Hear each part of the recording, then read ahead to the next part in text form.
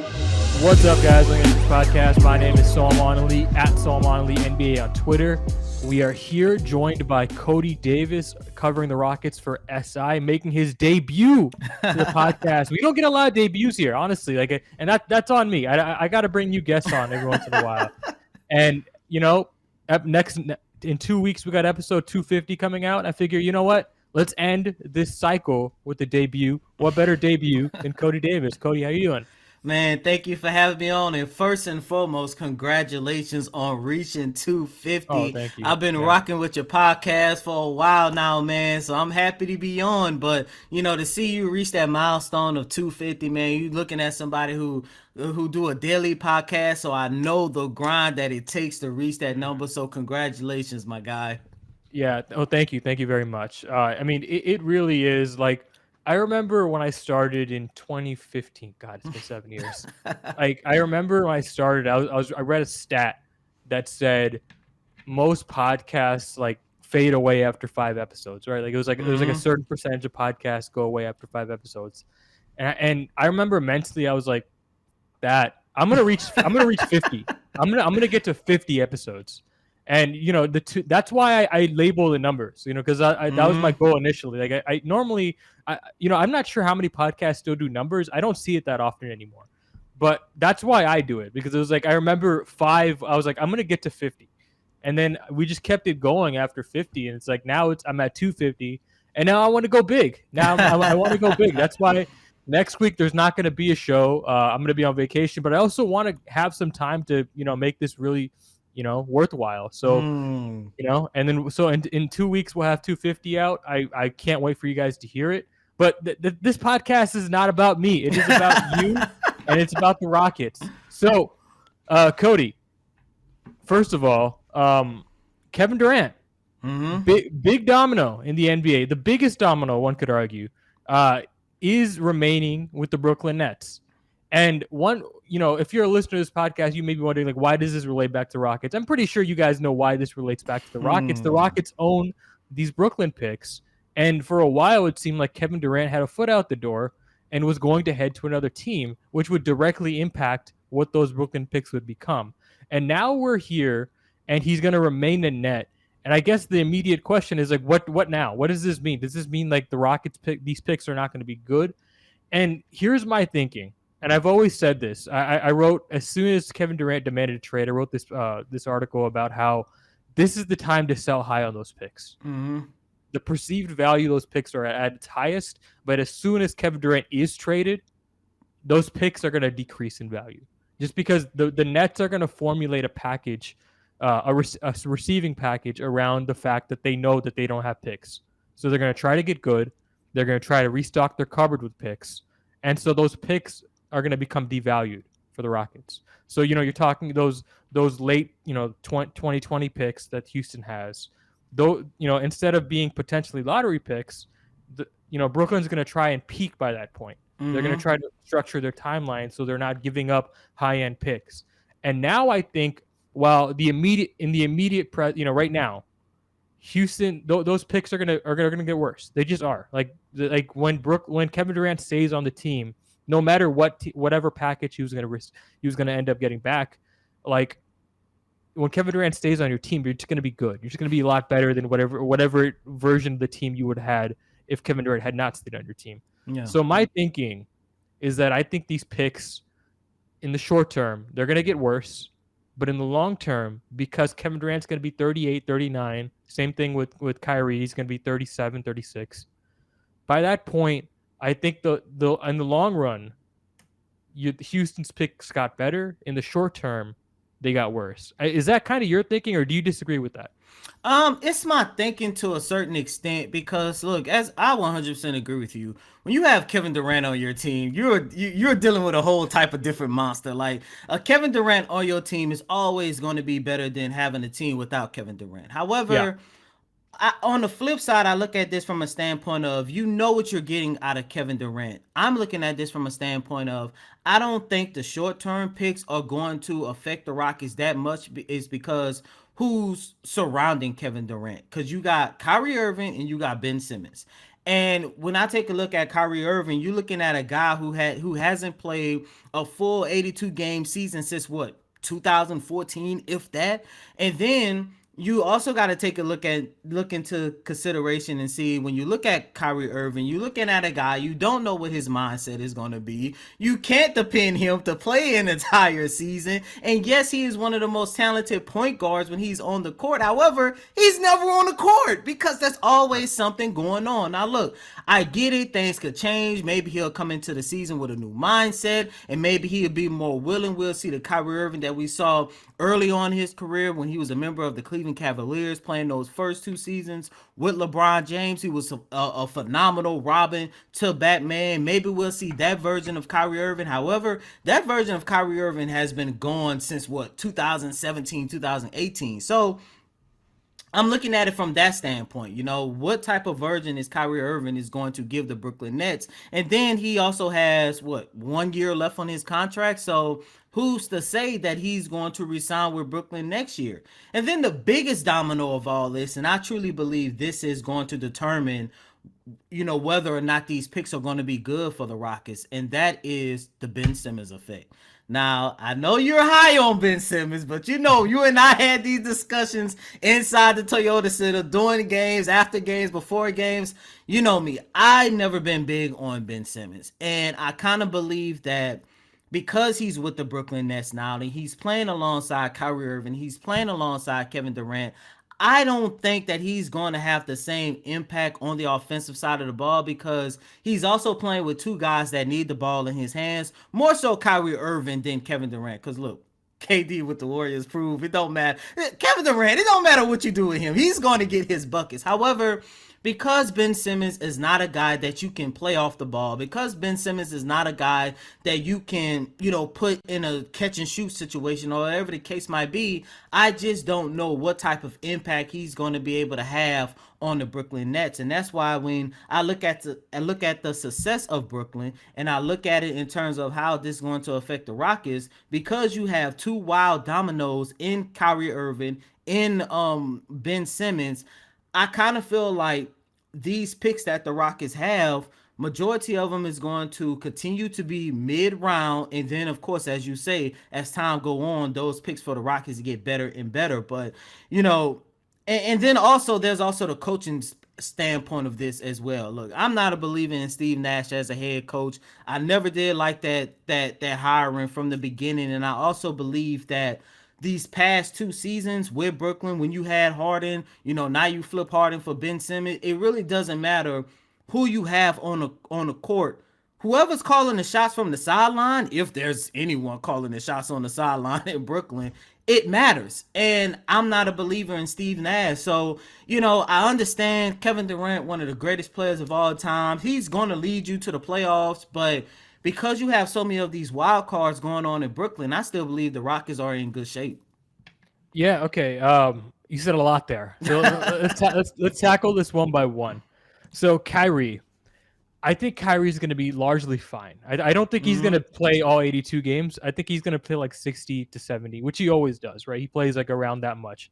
The New York laws have changed. The vaccine is no longer mandated to, play home games. So it was kind of weird how visiting teams were allowed to play anyways. Like that law was strange all around, right? Yeah. If you're gonna do it, have it go both ways. But yeah, whatever the case, I think because the laws have changed, he's gonna play like 60 to 70 games. The Simmons thing, I think this is probably like the optimal situation for him, right? Like in terms of like he doesn't have to be the primary ball handler. He doesn't have to be the secondary ball handler. He's the tertiary guy, and he's the guy who can just, like, on offense, all he has to do is facilitate.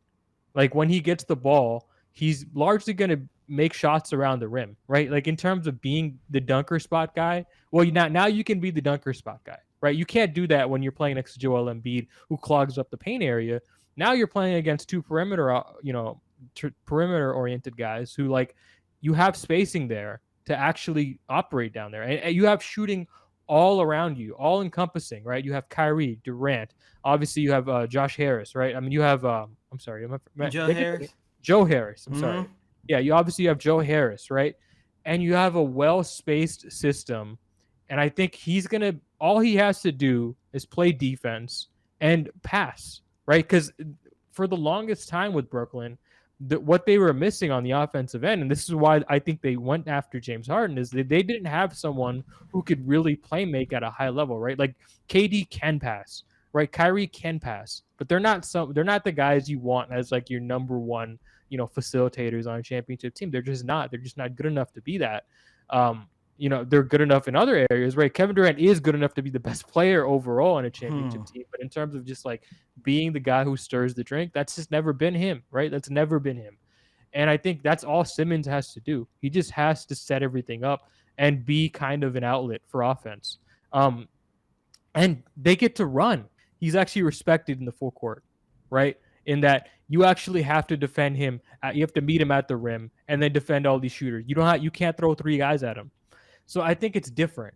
So the point you made about Kyrie's free agency, I think that's pretty valid. Like, so if he leaves next year, you're right. The immediate value of those picks jump up. They skyrocket.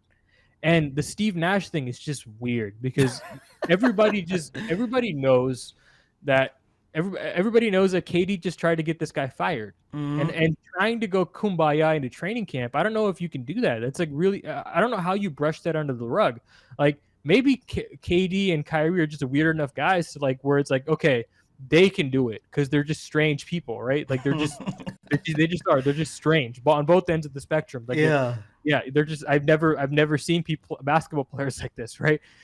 So maybe they can do that. Maybe they can pull it off. Maybe they can pretend like it never happened, or maybe they can move past it, like actually acknowledge that it happened and move past it, which I think is a healthier approach. But I have a feeling that's not what they're going to do. Like when they're asked on media day about this, I have a feeling they're going to deny that this actually happened. Of course. They tried to get him fired, right? Or they tried to get Sean Marks fired. There's no way in hell they go into media day and are actually going to acknowledge that meeting didn't happen. Like there's no way. And so that awkwardness is just going to be there. And I'm wondering if they can get over it. I guess I'm betting that it will. That they'll be able to do it just because the talent is just so overwhelming. You're talking about like 2 top 15 guys.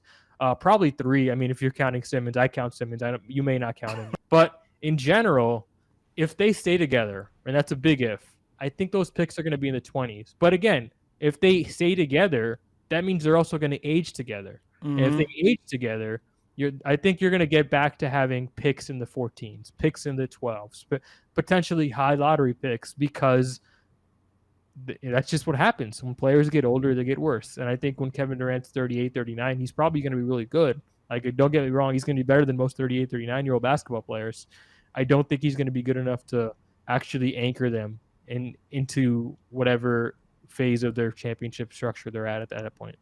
Yeah, and look, I get your point about Ben Simmons, and once again, I've never been a fan of Ben Simmons, but I always go back to, and maybe it'll be a lot different, but I go back to those games where I used to watch Kyrie and James Harden play, and it seemed like they could never get a fit together. It seemed like they was doing that whole your turn, my turn, your turn type of approach.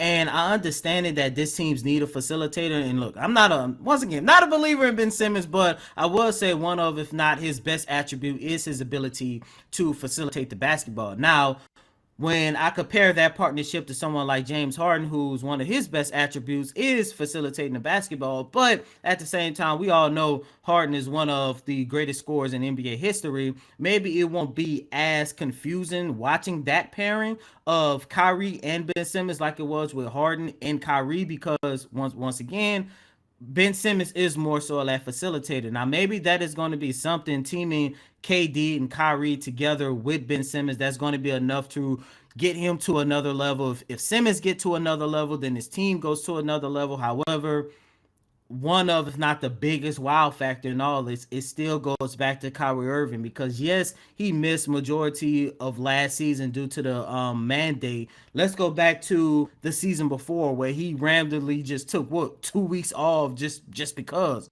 right. Let's go back to a year before where he took time off just to clear his mind and all this other, like every single season is something going on with Kyrie Irving. And I just don't know if we're going to get that same version of Kyrie again. Like I said, the best thing for Brooklyn and probably the worst thing for the Rockets is if we see the Kyrie Irving that we saw early on in his career playing with the Cleveland Cavaliers.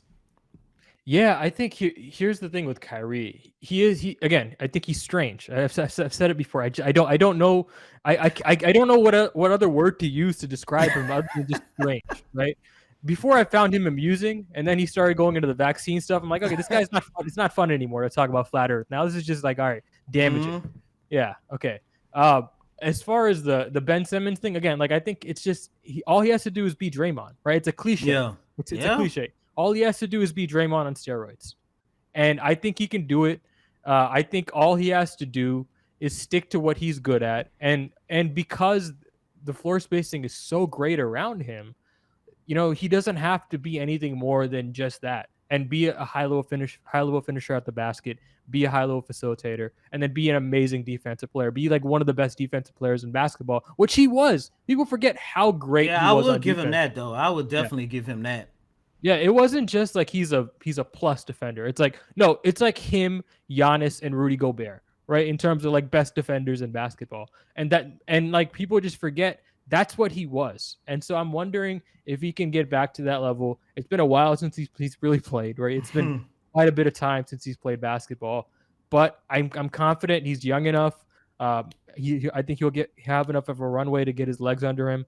And I think though there's a lot of incentive to make this work because again, Kevin Durant has 4 years left on his deal, right? He has nowhere else to go, and that's why that's why they came to an agreement ultimately. It's not because like they said anything in that meeting that really persuaded him that this is where I want to be. It's like no, this is where there's no other place for you to be because you have 4 years left on your contract. We can hold this over you. These other teams aren't giving us what we want.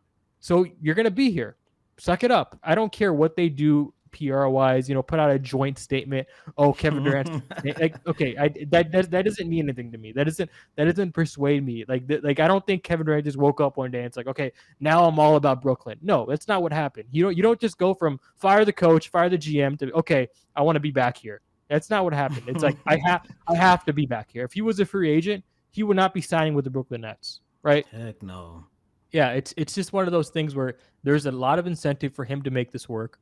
There's a lot of incentive for Brooklyn to make this work because again, they know about these picks, so they're obviously going to do that during the season. There's a lot of incentive for them to win basketball games. I just don't think they're going to fold. I don't think they're going to be. Well, you said mid lottery. Is that what you said? Probably right outside the lottery. Yeah, mid first round, right outside. Of the lottery, and you're that's talking just about them being an 8th seed, right? That's hard to picture. It's hard to picture, and I understand it, especially when you hear a team with Kevin Durant being an 8th seed. And look, it happened last year, and I understand that there was a lot of stuff that took place last year with that team. From the mandate to Harden forcing his way out again, but it's just the fact that once again, when you are dealing with, if Kevin Durant is on your team, yes, that's phenomenal. But once again, if this version of Kyrie Irving is your second best player, this could go either very good or very bad for this organization. There is nothing else in between. Yeah, and to be clear, they're still not my title favorites, right? Like I think I still have Philly there. I think Philly's my favorite right now. Mm-hmm. I think Milwaukee has a compelling argument. I think obviously the Warriors have a compelling argument coming off the championship, but they're right there. Like as in like if someone has them as their title favorites, I'm not blinking. I'm like okay, that they have. It's a team with Kevin Durant and Kyrie Irving and Ben Simmons. Like I can't be shocked if someone does have them there, and I think they're going to be good enough to at least warrant being in that 20 range, right, of the draft. So like top 4 seed. If they're a 4th seed, I think that's probably, where most people see them. Mm-hmm. And if they're the 4th seed in the Eastern Conference, that pick's not going to be great. But again, you still have that Kyrie's a flight risk, right? He didn't sign an extension. That's the big domino, I think. In for those picks in the immediate future to become good, Kyrie has to leave. And I guess for some reason it's hard for me to picture Kyrie leaving because I think his relationship with Kevin Durant, again, these are two strange people that just like each other. right? So I think whatever their friendship is strong enough to like I think he'll stay around. Yeah, I mean, so we're kind of on the same page long term though, right? We think Mm-hmm. those picks are going to be bad. Oh yeah, most definitely.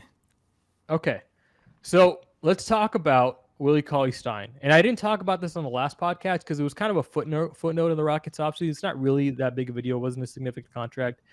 And I think it's just more like Alperen Şengün foul insurance. Mm-hmm. That's kind of what I see Willie Cauley-Stein as. He's a really, really solid backup center in the NBA. And playing backup center for Alperen Şengün is actually a really valuable spot for the Rockets because the guy does not, for some reason, just racks up fouls. I think it's not for some reason. It's because he's small, right? He's Mm-hmm. 6'9", and he's forced to having to be more physical than these guys, and he's not someone who's getting respect from the league right now. So he's gonna get more whistles than most, and I think having him play like 20 minutes a game, it's going to be a pretty valuable spot for Houston to put him in the rotation. I think right now, as of right now, I have him slotted in as backup center. I do like Mm. Bruno Fernando. I really like him a lot. I don't know who else. I don't know how you feel about him. I what he did at the end of last season. Like, okay, this is a kind of a nice little sweetener that the Rockets got as a part of the Daniel Tice trade. I was like, I like him a lot, but not enough to where it's like I'm not playing Willie Cauley-Stein over him. If that makes sense. I love Bruno Fernando. I I like him a lot. actually Yeah. I actually have him as the backup center to Alperen Şengün.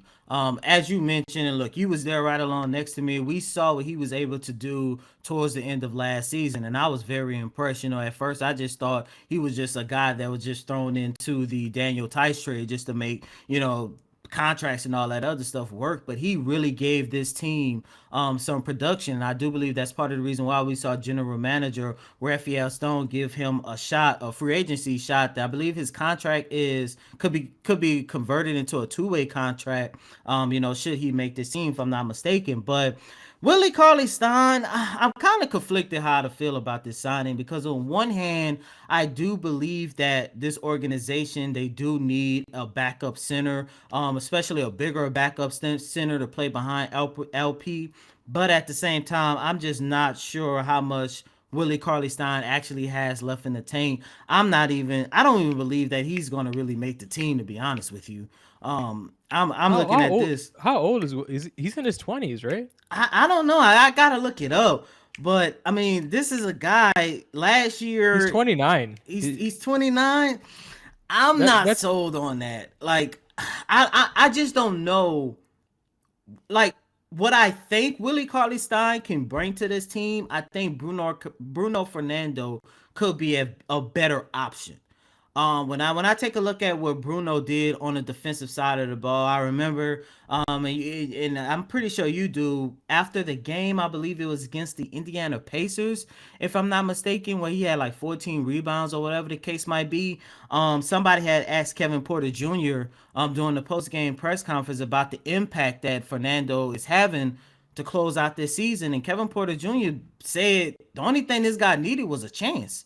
And I saw him around this team during the Summer League tournament in Las Vegas. He was working out alongside Jalen Green and all the rest of the guys who was down there working out with the Summer League team. And, you know, there is a plan for Bruno Fernando. Let me just say that. I'm just not too sure if that's Willie Cauley-Stein. I mean, if anything, I think he probably could just be a veteran presence that you have in the locker room that you can put out there on the floor, depending on the emergency situation, like they did a couple years ago with Tyson Chandler. I'm pretty sure you remember that when they had Tyson Chandler, being a quote unquote backup to Clint Capella, but we really didn't see Tyson Chandler that much. But I'm not too sure Willie Cauley-Stein is going to make this roster. I mean, if anything, if they wanted another backup big, I would say, just to make it three, because I do believe they're going to need more depth at that position. I would have preferred General Manager Raphael Stone to have made that decision with Eric Coleman, a guy who I believe played really well throughout the Rockets Summer League tournament. I mean, this was a guy who averaged like 6 rebounds and 1.5 blocks during his play in Las Vegas. And I even think he possibly could have been more of a better signing for this organization, at least for training camp purposes, than Willie Cauley-Stein. I mean, Cauley-Stein, I know he played a solid role for the Dallas Mavericks over the last couple of years, but last year he really didn't play much. I believe he only played like a couple games with the Philadelphia 76ers, and then they waived him. So, I mean, at this stage in his career, I'm just not sure how much he's going to be able to provide to this organization. I just have a feeling that there's got to be a reason why they signed him, right? And I Oh feel yeah, like most that, definitely. right? And like I think that reason is backup center because otherwise, like veteran presence. I mean, it's not like Eric Gordon is not on the team anymore. It's not like they don't have veterans on the roster. It's just especially with Bruno Fernando, it's like I think they want to ease him into the backup center spot. And I Mm-hmm. think perhaps at the end of the season he starts playing backup center minutes, right? Like we're re- rebuilding teams, they typically start resting veterans and shutting them down. And I feel Mm-hmm. like at that point, like Willie Cauley-Stein's probably going to be out of the rotation, and then you get Bruno Fernando, and I think you can kind of get the best of both worlds here, in that you don't have to pressure Fernando to actually go be that guy for you right now, and at the same time, you can still get you can still get him development time towards the end of the season.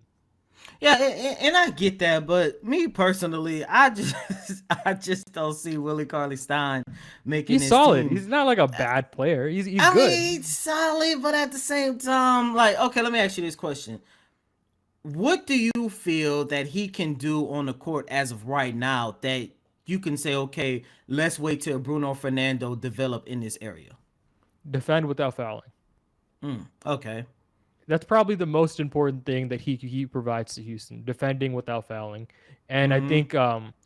I think especially once Şengün gets into foul trouble, because again, it's not just one player that gets into foul trouble. The team gets into foul trouble, and at that point, you want someone out there who's making smarter decisions. And like, listen, Cauley-Stein's made his mistakes. He's kind of he's he's he's seasoned. He's not gonna go out there and make silly fouls, and Mm-hmm. that's all you want him to do. You just want him to go play insurance, and I think that's fine. And I don't have a problem with Houston putting Fernando's development on the back burner. It's not like he's like a lottery pick, right? He's like Yeah. I like Fernando.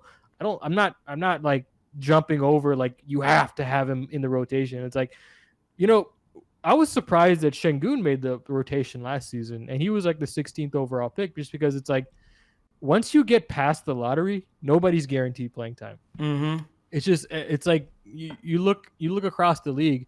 A lot of these guys in that 15 to 30 range, they end up playing in the G League a lot of their minutes, and usually by the time next season comes, the following season after the rookie year comes around, that's when they really break into the rotation. And or actually they break in towards the end of the first season and then going Mm-hmm. into the second season, and they play backup roles, right?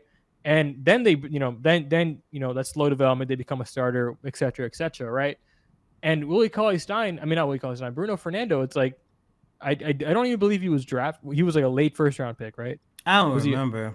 Let me I check. believe he started his career with the Hawks, if I'm not mistaken, and then he ended up going to Boston. I know you played a lot of minutes with Boston G League team. Of course, he was in the trade for that sent Daniel Tice back to Boston. But I get what you're saying about you being surprised about He was the LP. 30. He was the 34th overall pick. So it's By like which team?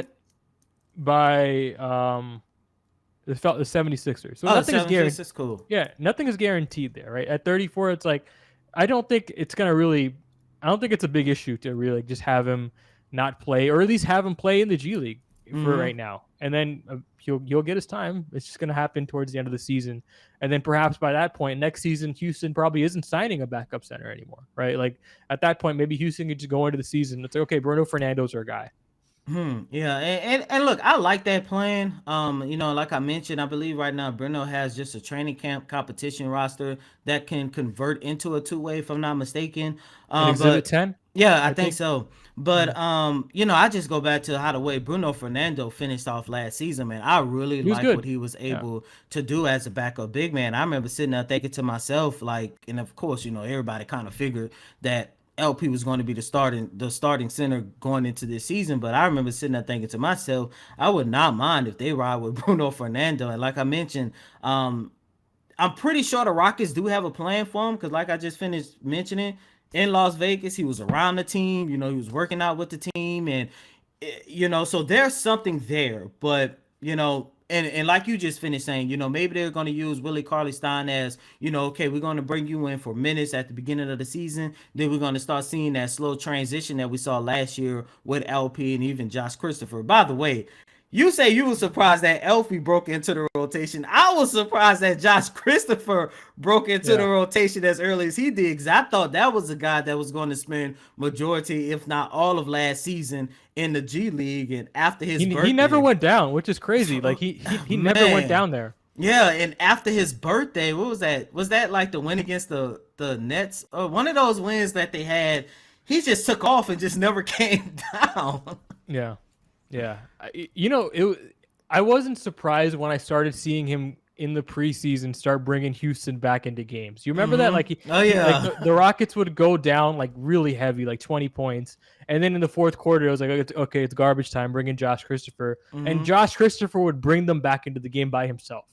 Right? It's like, Yeah. okay, at some point, this guy is going to challenge for minutes because it kept on happening. Even when the season started, that didn't stop. He just kept bringing them back into games. It's like, okay, once you know the rotation gets muddied down a little bit, it's like, okay, now he'll find a way into the rotation. The Şengün thing, I wasn't surprised after I saw him in the G League, and not in the G League, in Summer League. I was like, okay, yeah, I think he's gonna make the rotation. I didn't see him being a sixth or seventh guy. That was what was surprising me, especially after they signed Daniel Tice. Like they're signing Daniel Tice, so maybe they don't even see him as that guy. But he impressed to such an extent to where he was like the backup center, like towards for a solid stretch of the season after Daniel Tice was booted, and I think that's kind of the plan with Stein. And like I think for right now, Fernando has time, right? Like he's so young, and there's not an urgency to play him. He born in '98, like he's 24 years old, right? Like he'll have time to solidify himself in the rotation. Now there's an urgency on his part because he wants an NBA contract. He wants that two-way deal. He wants to actually have like some security. But on the Rockets end, they have no obligation to give him that security. It's hard. That's a tough thing to say. It's pretty cold, but I mean that is the nature of a team with this many draft picks. There's just not that many roster spots. Yeah.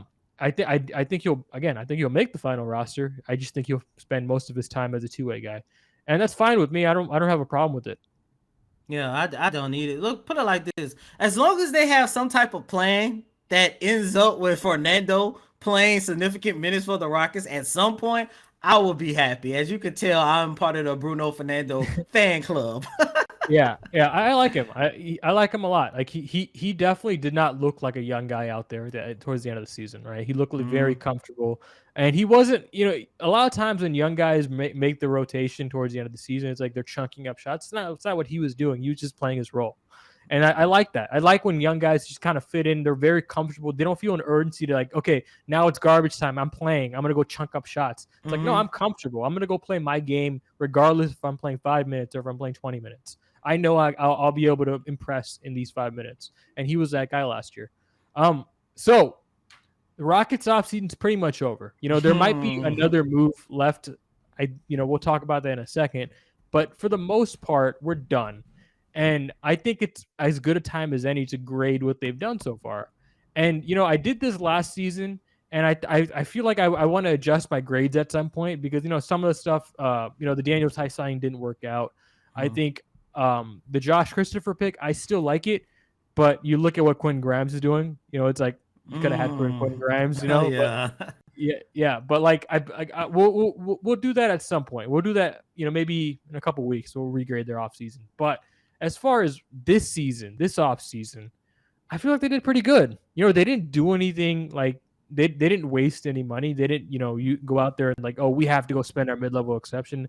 They went out there and drafted their guys. They moved the guys they needed to move, and I think they didn't really make any any moves that I would consider to be mistakes down the line. I don't think anything that they did.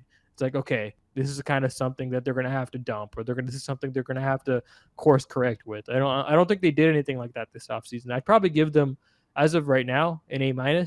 I think they did. I think they did pretty solid. It was a pretty solid offseason all around. Yeah, and I 100% agree with you. That's the grade that I would end up giving the Rockets for all the offseason move. And they did several things that I like. First and foremost, I liked, and you already alluded to this, it seems like they didn't force themselves into making this deal, or as you mentioned, spending this type of money or drafting this particular player. I love the fact that they didn't force anything, and most importantly, it seemed like every single player that they brought in, it was more so to build around the foundation that is already there. And I go all the way back to what they did during the NBA draft. And once again, look, you be alongside the press conferences with me. You remember, I believe it was the day after the NBA Combine, if I'm not mistaken, and it was just revealed Rockets had the number 3 pick, and somebody asked Raphael Stone, are you going to go after fit or talent? And of course, he gave the whole political answer, blah blah blah blah blah. But it seemed like to me when I see the Rockets and the players that they was able to land in the draft, like I mentioned, it seemed like they did a great job building upon the foundation by getting players who are actually a better fit. And I'm pretty sure I know you might agree with me on disagree with me on this one, but this is part of the reason why I like the fact that they was able to draft Jabari Smith Jr. over Paolo Banchero. Now let me say this first. Yes, especially after what I saw throughout the Summer League tournament. Paolo Banchero is the better player. Let me just say that. But I think in terms of what Jabari Smith Jr. can bring to this organization, especially on the defensive side of the ball, because I always go back to the second half of last season, and we saw Jalen Green, we saw Alperen Sengun, we saw Kevin Porter Jr., Josh Christopher, we saw all of the Rockets young guys get into a rhythm where you can say, okay, I'm starting to see the foundation and what Coach Stephen Silas is doing with this organization and putting structure around this team. I was on the side of I wanted to see the Rockets draft and get guys for fit versus talent. And when I go back to the draft, once again, Paolo Banchero is the better player, but I think that because Jabari Smith Jr., his best attribute, and he even said it himself, his best attribute is what he can do on the defensive side of the floor. And as of right now, it seems like he's going to be a guy that's going to be able to defend on all 3 levels. I think that was more important for the Rockets this season versus what they would have gotten out of Paolo if they would have gotten him into the draft. Because look, once again, Paolo's the better player, but he's more so the better player on the offensive side of the ball. And I go back and I take a look at the games during the second half of last season where the Rockets lost by 3, where the Rockets lost by 5, where the Rockets lost by 7. I go back and I say to myself, not only did experience hurt them, but not having a defensive force also hurt them as well. And they not only got that in Jabari Smith Jr., but they also got that in Tori Eason as well. And, when I take a look at all of the moves that General Manager Raphael Stone did, once again, it just seemed like he did a tremendous job, and Coach Stephen Silas as well. They did a tremendous job building upon the foundation that is there and improving on areas where they didn't have a foundation, i.e. defense. You underestimate me, Cody, because you said that I would not be a fan of drafting Jabari over Paolo. And here's the thing. You made a pretty definitive statement there. You said Paolo is the better player. And I'm not. It's just way too early for me to say something like that. I remember how much Evan Mobley struggled during Summer League last year, and I remember how much he thrived during the regular season. It's just Summer League is just there's a lot of bad sample size there. There's some good sample size, right? Like I think you look at what Paolo was able to do. I think a lot of that is translatable at the NBA level. A lot of what Jalen Green was able to do last Summer League was translatable at the NBA level. But sometimes it's guys have bad Summer Leagues. I think I remember, if I'm not mistaken, Trae Young had a bad Summer League. Yeah, I remember that. Yeah, Trae Young was a guy who was struggling out there, and the Hawks were getting absolutely killed for that trade. Because obviously they gave away Luka, and Luka looked like a stud. And my thing is like, can we wait like half a season? Can we wait like 3/4 of a season? Can we wait a little bit of time before we write off somebody? Like I like, as much as I like Paolo Banchero, and I did have him ranked ahead of Jabari. I had Chet Holmgren ranked ahead of Jabari as well. Um, I still had him third, right? And it was a Mm-hmm. tentative third. It was a tentative third because I really liked Jaden Ivey, and I was tempted to put him over Jabari. Hmm. I still settled on him as third. And Houston did exactly what I would have done in that spot. Like I'm not going to pretend like, oh, I would have done anything differently at three. I would have taken Jabari Smith Jr. That was who I considered to be the best player left on the board. So I think, I'm going to give it time. He really did struggle out there, especially shooting three ball. And like, Yeah. here's the thing. I don't think he's going to struggle to shoot the three ball in the NBA. I just don't, like the one thing that he really, really struggled at was shooting the basketball, right? And like, we know that is a strength of his. So some of that might just be you pick a random 6-game sample, and sometimes players have slumps, and that might have been just a random bad 6-game sample for him. And I think going into next season, over an 82-game season, he's probably going to have like, shoot the ball at like 38% from three at least, right? To justify that third overall spot. But defensively, what we saw from him, I mean, that's kind of right in line, if not better, as a rim protector. He played a lot better rim protector wise than I thought he was going to ever play, right? Like I thought, I know how good he is as a switch defender. I know how good he is off ball, but in terms of protecting the basket, I had significant concerns about whether or not he'd be able to be that guy, a guy you could slide down to center at some point, right? And he played center. Yeah. They had no choice but to play him at center because Usman Garuba was hurt, right? And I think what I saw from him in that position really impressed me defensively. And the shooting stuff, I feel like a lot of it was mental, right? He wasn't shooting the ball the same way he normally does. I can't remember who mentioned it first on this podcast. I think it was Dave.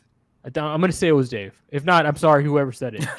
I think he was aiming to shoot the basketball instead of actually just shooting, right? He was like aiming for the hoop, and instead of just like having it flick off your wrist. And like, I think some of that is like, listen, this guy was expected to go number one. I'm sure he thought he was going number one. I'm sure up until we found out that he wasn't going number one. That's just crazy, by the way. Right. Like that was his expectation. Like, I'm going to Orlando, right? And just having that change overnight, I can't imagine the mental fatigue there. Like that's the mental strain there. Just going from number one to number three in the NBA draft. First of all, you're losing a good chunk of money there. Second of all, like that's your confidence is shot a little bit, right? Like it's just everybody expected you to be the guy, the prize of this draft, and instead you ended up being the third guy. And I'm sure there was a bit of like, I have to go prove myself. And I think some of the times, like, especially in the matchups with Banchero, it's like, sometimes it's like, okay, you can just go play your game, man. You don't have to go treat this as a one-on-one matchup, And I think I look at what he did at the Summer League. What did concern me, because it was a concern of mine going into Summer League, was ball handling. Right? Like, I think that is a significant concern of mine, especially when you look at what Jaden Ivey was able to do in Summer League in the 2 games that he played, or 1.5 games, or however many games he played before he got hurt. 1.5. Right. He looked awesome, right? And that's the pick you might regret. But in terms of Banchero, in terms of Chet, you had no control over that. I did what the Rockets did in the draft looks fine to me. I have no problem with what they did in the draft. And that's why, again, I haven't been at an A-. Like, I'm not docking them for the Jabari pick just yet, because I want to see him on the NBA floor. And what you mentioned about them targeting fit this year, I think it's so, like, that's the biggest reason I really like their offseason. Like, everything just makes sense, right? Like, they built a lot of their foundation last year because they took Green, they took Şengün. I think those are 2 cornerstone type talents. You may disagree with me about Şengün. I don't know. No. I agree. I definitely agree. Look, yeah. I remember we had a fun argument, because this was early on in the season. I remember you was telling me that you had already had LP really high, and you thought that was a steal at number 16. And I remember I was like, I don't know, blah blah blah. Now I 100% agree with you. That yes. Yeah, I mean, so you have your corner. You took your cornerstones last year, and it's like in this year's draft, it's like you took your complementary guys, right? You surrounded Alperen Şengün and Jalen Green with quality defenders who can shoot the basketball. Everybody they drafted I could easily envision in the NBA being good defenders and being good shooters, right? Ty Mm-hmm. Washington, perhaps he isn't a good defender yet, but we know he's a decent enough shooter, right? And Mm-hmm. we know he has the length to be a good defender. He's good, really good size for a point guard. And Jabari Smith Jr. obviously 3-and-D. That was his MO. Tari Eason was. We'll talk about Tori Eason in a minute. I did want to ask you, what was your favorite move? Honestly, and I know, some people might think otherwise, but my favorite move might have been them keeping Eric Gordon. And I say that because when you take a look at a rebuild, a lot of people just think, oh, you just go out there and draft young, talented players and develop them. Yeah, while that is a big role in it, in order for a team to have a successful rebuild, you have to keep some type of veteran presence, some type of veteran leadership in that locker room. And yes, I would prefer to see Eric Gordon move on and actually compete for a championship. However, he has great respect within that locker room. We've heard Kevin Porter Jr. say, we have heard Jalen Green say, almost every young player talked about how they look up to Eric Gordon. Not only that, even Coach Steven Silas has mentioned as well. Like, Eric Gordon means a lot within that locker room. And everyone wants to see the Rockets in this rebuild by going back to the team they were during the James Harden years or whatever the case might be, the Hakeem years or whatever the case might be. Like, everyone has the same goal and idea in mind. We want to see this Houston Rockets rebuild pay off to where we can be like, oh, okay, they're competing for a championship in the next 3 to 4 years or whatever the case might be. But in order for these players to continue developing, they have to make sure that they keep a veteran presence in the locker room, and not just any veteran and say, oh, look, I'm a veteran, you do what I say. No, they have to earn and gain the respect of someone that they, look up to. And I just remember going back to the trade deadline, and I remember someone asking Kevin Porter Jr. about, how relieved, or I guess how happy he was that Gordon is still part of this team. And he said, look, Gordon helped us a lot behind closed doors, and he was 100% relieved and happy that Gordon was still part of this organization. I believe that was the same night Coach Steven Silas finally talked about the importance of Eric Gordon to that team's locker room. And, like I just mentioned, everyone wants the Rockets to have a successful rebuild. So in the next 10 years, we could have some fan base say, oh, look, we want to do it the Houston Rockets way. But it's very important that they keep a veteran presence in that locker room. And to me, favorite move off the offseason is the fact that as elites of right now, we're going into training camp saying that Eric Gordon is still part of this roster. Okay. How do I want to react? So I actually don't have a problem with them keeping Eric Gordon right now, but I do want to say this, and this has been my stance for a while. And if you listen to this podcast, you probably have heard it before. Veteran leadership and culture and all that I think that's so overrated. Yeah, I heard so you say overrated. I think it's so overrated. I can't stand, especially when I read about rebuilding teams and why they're doing a certain move or why they're not doing a certain move, and criticisms about a rebuilding team. Whenever I hear about, oh, they kept a veteran around, or oh, that they should go out and go get a veteran. They go get an adult, right? That's the language here. Go get an adult in that locker room, right? And it's like, why? Why does that veteran have to be a $20 million a year player? Why can't that veteran be a minimum contract player? What's the difference between those two functionally if you want an adult in the room, right? I guess for me, it's I'd like Eric Gordon because he just makes sense for the roster, for the Rockets, because it's they need floor spacing. And I don't know who's going to start a three for Houston. I'm looking at the roster. It's I really like Tori Eason, and I have no problem with a lot of their wings, but I don't see anyone ready right now to go step in and play next to Kevin Porter Jr. and Jalen Green. I like Eric Gordon in that spot, especially because after Tori Eason, who's the wing there to back you up? Mm-hmm. Right? You don't have that guy. The roster is kind of a cluster, right? It's you have a bunch of guards, and I mean, you cleared up some of your bigs, but before you had a bunch of bigs. And now you can kind of balance it out with, okay, you know what? Eric Gordon's kind of a wing for us. He's a wing. And he can be a wing for you up until the trade deadline until you get proper value, whatever you deem to be proper value. I think that should be a first round pick. I think that's what they view it as. I think they have offers on the table for first round picks. I think they're holding out for the best possible first round pick. We'll see if that strategy pays off. I think it's a gamble one way or another. For somebody to say it's a good strategy, for somebody to say it's a bad strategy, definitively one way or the other, I don't know. I think it's too early to tell. We'll see when they ultimately get a return for Eric Gordon, whether or not it works out that they held out.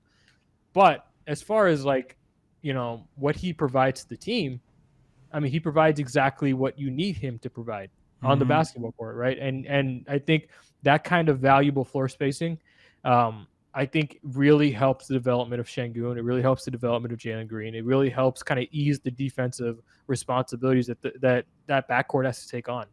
And until, having him around, it's the trade deadline, until you kind of figure out a more proper wing rotation, I think it's not a bad idea. I think, and by the way, that's not even my favorite move. My favorite move is actually them trading Christian Wood. Of course. I think this was the most important move that they're going to make this year, by far, because first of all, I thought the return was adequate. I thought first round pick, 2 second round picks. It's not on the high end of the spectrum, but it's certainly not on the low end of the spectrum. It's good enough, and I thought, as far as what that does for you as a roster, now Şengün's your guy. Now he's your center. Now you don't have to play around and do the stupid Wood and Şengün lineups, which we know we're going to fail. And we saw them fail. We saw those lineups be deeply in the red. They were always bad, right? They just never made sense. What really bothered me is when people would try to justify those lineups, look at this pass that Şengün just made. Yeah. Okay? Şengün makes great passes to everyone. Those two might have great chemistry, but playing those two together damages the rest of the lineup. Not because they're not playing well off of each other, but because the floor is shrunk. That painted area is clogged, and there's just not a lot you can do defensively with those two starting. And so I never bought into it. It just never made sense from a basketball standpoint, no matter how many great passes the Şengün made to Wood. Anyways, opening up this starting lineup, opening up the starting center spot for Şengün is going to be so great for him because there's no confusion about who's the guy. You're the guy. You're the guy we want long-term starting for us at center, right? I think, we'll see if he's able to be that guy defensively to justify that. But in terms of their stated goal, right? There's not any confusion there, right? This is what we're trying to do. If we fail, well, then we fail. But if we fail before, then, we can just say we really wanted Christian Wood to be that guy. Where it's I don't know if that was the smartest idea, especially because Christian Wood does not fit into your timeline. And I think, I don't know, that was my favorite move by far. It just clears up so much confusion. Now it's okay, now it's simple. Şengün's a cornerstone guy. Jalen Green's a cornerstone guy. And, the Rockets, I'm sure, hope that Jabari's a cornerstone guy. So now you have your cornerstones, and they're all in the starting lineup, and all your complementary guys can just fit in. The move of them trading Christian Wood to me was my second favorite because I don't know how you ever felt about it, but it just seemed like Wood just was never a fit here. Even when you had the whole idea when we first signed him, and it was just maybe, him and Harden could establish some type of chemistry to keep Harden here for another season, or whatever the case might be. Wood's fit here in Houston just always seemed odd. And another thing that really was odd to me, and I'm pretty sure you probably thought this as well, was if he was still on this roster going into this season, what was going to be the plan, especially if the plan was to extend him. And I know that was a big topic of discussion for a lot of people.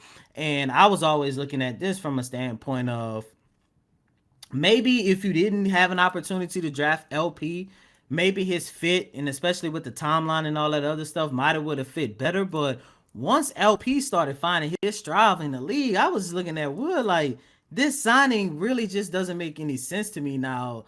like I said, it never made sense to me that much to begin with. But that was the second best move of the all season, especially with that additional draft pick that you acquired. You was able to move that around. Then you landed Tata Washington, who in my opinion was a top 5 point guard entering this draft. Oh yeah, for sure. Like in terms of the point guards in this draft, I mean, this wasn't a great point guard draft, but in terms Hmm. of like where he was drafted, I was so like, surprised he fell so low. what's crazy is like this might have been my least favorite move had they not made the second Christian Wood trade, right? Like, Hmm. which is like trading that first round pick down 3 spots and getting 2 seconds out of it. It's like, Hmm. okay, now you got adequate value. Now you didn't undersell Christian Wood, and now you're getting a guy at 26 that many people were talking about, like at 17, where Houston drafted Tori Eason, Yep. right? And it's like that's great. Like that's like objectively great general managering. General managering, is that a word? Whatever We it gonna is. make it a word. Front officing, whatever it is, whatever verb you want to use, that is great management. How about that? That's I Yeah, know that's a great word. management. That is objectively great management. And I think the way they handled the assets there is like, yeah, that's what you should do there. And as far as you know his fit with the roster, here's how I always viewed it. He made sense up until James Harden got traded for a package that didn't include Ben Simmons. If you were getting Ben Simmons back, okay, now we're trying to semi rebuild, right? We're trying to rebuild with 24, 25-year-old. Christian Wood's 25, makes sense next to Ben Simmons. Um, you have to go then pivot into trying to acquire 25-year-old really really good star players, right? And it's Hmm. hard. It's certainly hard to do. But Houston didn't pick that option. They picked the Brooklyn option, which involved them getting back a crap load of draft picks, which meant that he didn't make sense anymore because those draft picks were like 18 years old at the time. And now they're like 19, 20, and Christian Wood's 26. He just doesn't make sense. Like he didn't make sense at that point. So I thought this was it was time to trade him. I thought it was probably time to trade him once it became clear that you weren't going to have him long term, which was probably after you made that Harden trade. But whatever the case, they did trade him, and they did get decent value back from him. And I mentioned my favorite move was the Christian Wood trade. I do have an honorable mention here. I'm cheating because I really wanted to include this. I love the Tori Eason pick. And Oh boy. this was a pick that I actually didn't like at first because I was like, okay, I like Really? yeah, because I wanted Houston to go get Malachi Branham. I wanted Malachi Branham to go high in the draft. He was one of my guys. Mm. I loved Malachi Branham, and I was like, okay, he's there for you. Go take him, right? He's such a talented offensive player, and I recognize that a lot of his development happened in his second year, his sophomore season. So there's some risk there. But Hmm. same thing with Tyree Easton. A lot of his development happened in his sophomore Oh season. yeah, most Yeah, definitely. he made a giant leap, like as a shooter specifically. Like he became a much better free throw shooter, a much better 3-point shooter, and a much more reliable scorer. And I didn't have a problem with the pick, to be clear. I didn't have a problem with it. I just thought, oh, you could have had Malachi Branham. But in terms of value, he's exceeding that value right now. Like he looks like a guy that should have gone to the lottery. That's how good he looked in summer league. Let's be clear. Like he posted really solid offensive numbers. Not just obviously the defensive numbers are not the defensive numbers, how he played defensively in the summer league, that was impressive. But what he was doing offensively, when he would catch a basketball and actually do something with it, right? He Hmm. wasn't just your Trevor Ariza 3-and-D guy. He doesn't look to be that guy. He looks like he can actually create offense for himself. He looks like a Jeremy Grant type.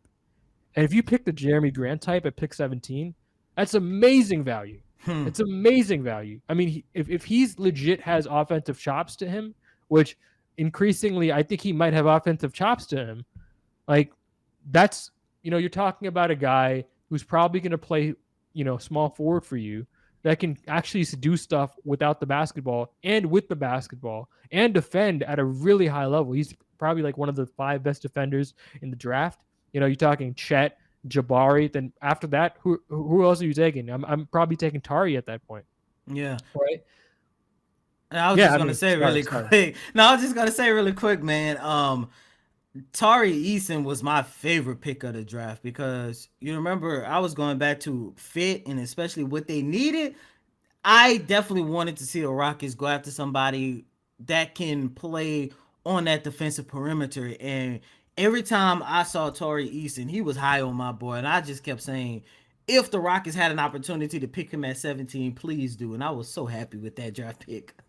Oh yeah, I mean, I was definitely wrong. Let's be clear. I was definitely wrong. I thought, okay, at 17, that's a good pick. It's not a great pick. It looks like a great pick, Mm-hmm. right? It looks like someone, again, looks like a guy who should have been in the lottery, and it further insulates Jalen Green and Alperen Şengün defensively because you doubled down on defense because with Paulo Banchero climbing in the draft, you got a defensive prospect, right, in Jabari Smith Jr. And then you got another defensive prospect in the front court with Tori Eason. And now all you really have to worry about in the front court is Şengün. That's it. Mm-hmm. And if Kevin Porter Jr., this is the big if, right? If Kevin Porter Jr. can become a plus defender, you have the bones of a solid, a really really solid, foundation.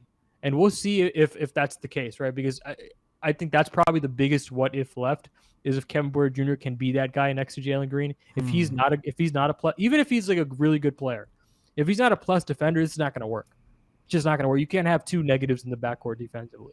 It doesn't make sense to me. You have to have at least one of those guys be a plus defender, and I think Kevin Porter Jr. is that guy. But if Kevin Porter Jr. is that guy, then the only two weaknesses in the lineup are Jalen Green and Şengün. And I think both of those guys can get to league average at points. Even Jalen Green, towards the end of the season, he was playing slightly above what I thought he would ever do last season. Because I watched him in the G League, he was not defending like that, like he was defending towards the end of last season.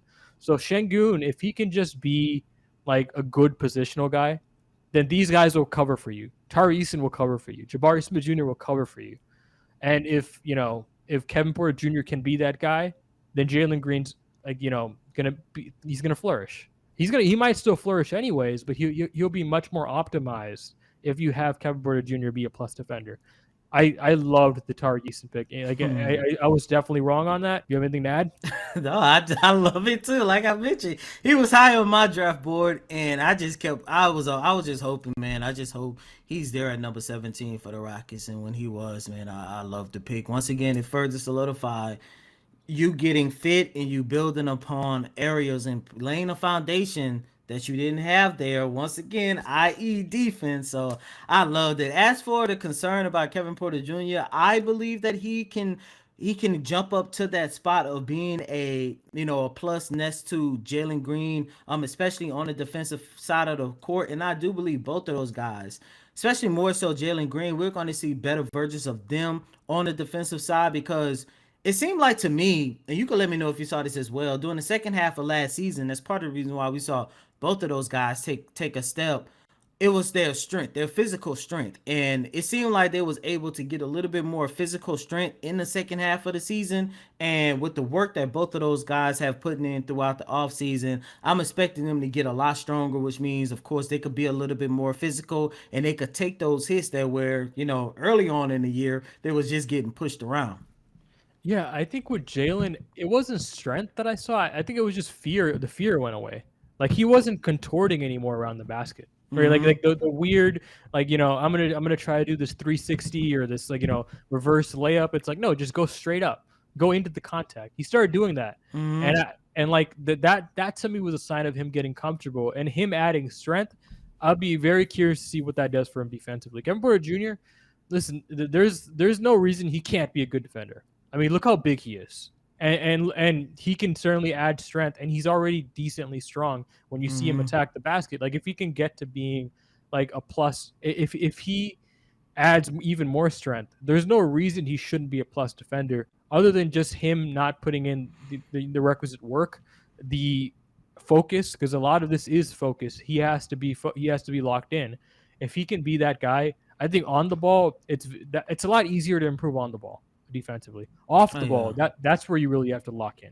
And for him, I'm concerned about it. I'm a little concerned about if he can become that, but we'll see. Again, he's so young. I don't like making definitive statements about anybody, but I would bet against it. Is what I would say. I would bet against his long-term defensive upside. And I think even if that's the case, that has nothing to do with this offseason. Kevin Porter Jr. he's just there, right? What they did is turn a really negative defensive team into a team that could potentially be a positive defensive team in the future, right? Like this team was so bad defensively last season. And like they didn't have much hope outside of Usman Garuba, who was not even playing to get better. They didn't have much hope to get better. And now they actually have hope to get better. So I think, that's probably why I think going after fit this draft was fine. And it's not like they didn't go after upside as well. Jabari was the right pick there. I think Tori Eason, because of what he showed offensively, seems like he has offensive upside. So they did go after, and again, Ty Washington, you and I agree that he probably should have gone higher in the draft. And it's not like they didn't go after upside. So it's not like they went after fit at the expense of upside. They still got that upside, you know? Yeah. I 100% agree with you, but we'll see, man. I'm just so happy where at least on paper and what we was able to see out of summer league, it just seems like this team is going to be better on the defensive side of the ball. That's something both Coach Steven Silas and not Nick Casario, I'm thinking Texans. That's something Coach Steven Silas and General Manager Raphael Stone really wanted to improve on, throughout the offseason. I really do think they did. A better defensive team means more wins and a better rebuilding project for this organization moving forward. What was your least favorite move? Not trading Kenyon Martin Jr. I would say that was my least favorite because look, I like Kmart, but at the same time, I don't know what else he could provide to this team. And now you went out and drafted Tori. I don't really see how he's going to be able to be a part of this rotation.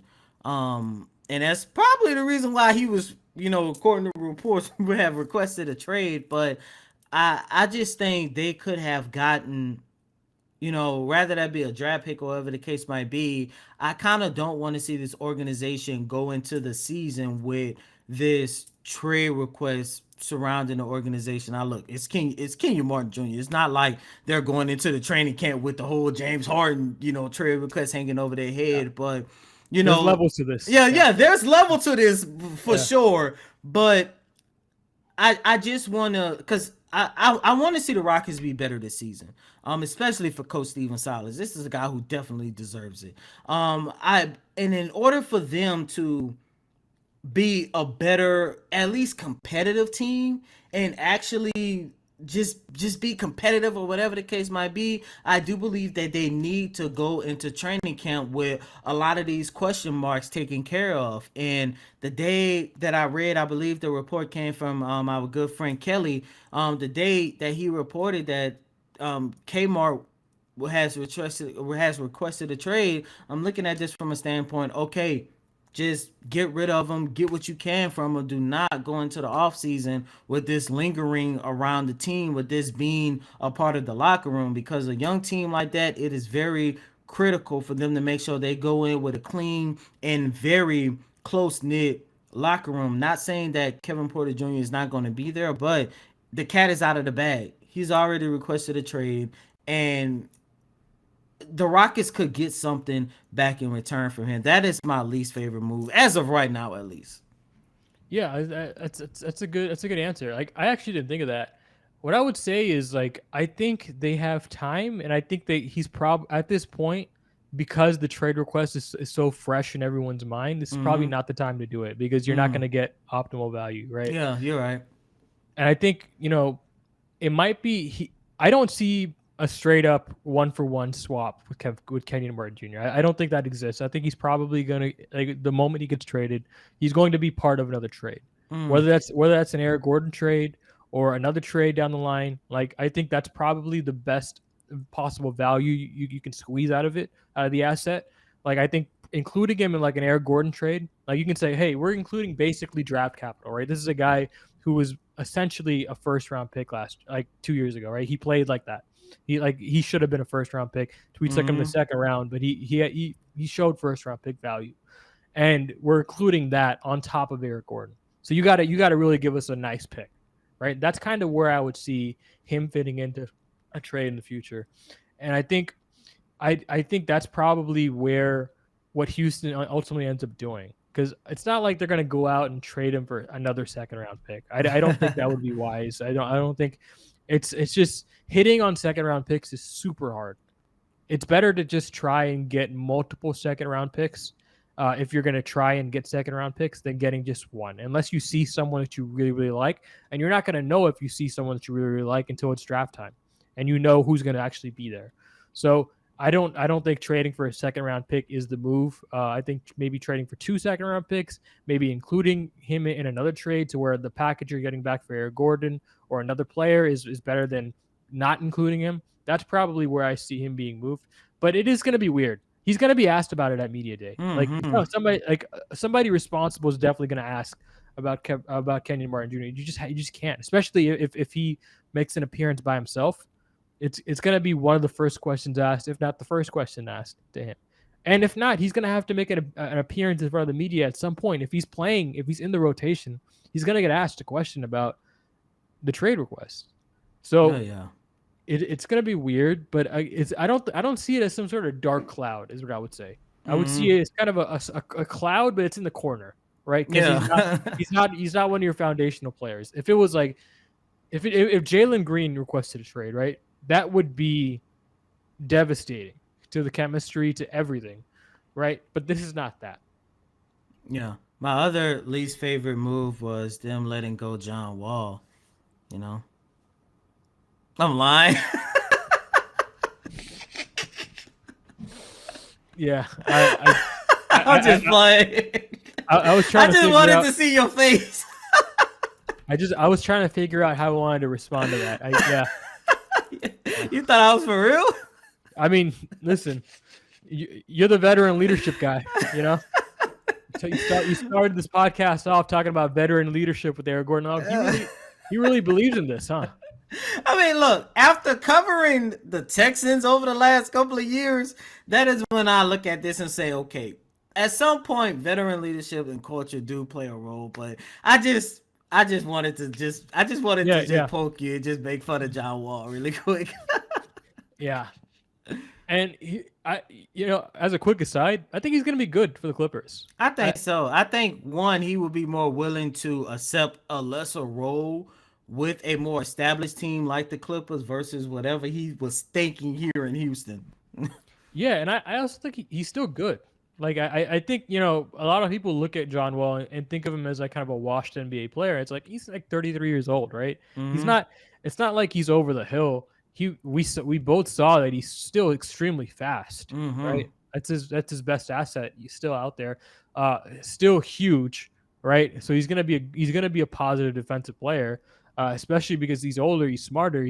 He'll be able to help you out on the defensive end. And for the Clippers specifically, for what they're asking him to do, to be that third piece for them, or be that for third, fourth, whatever, fifth piece, he's going to be a closing lineup guy.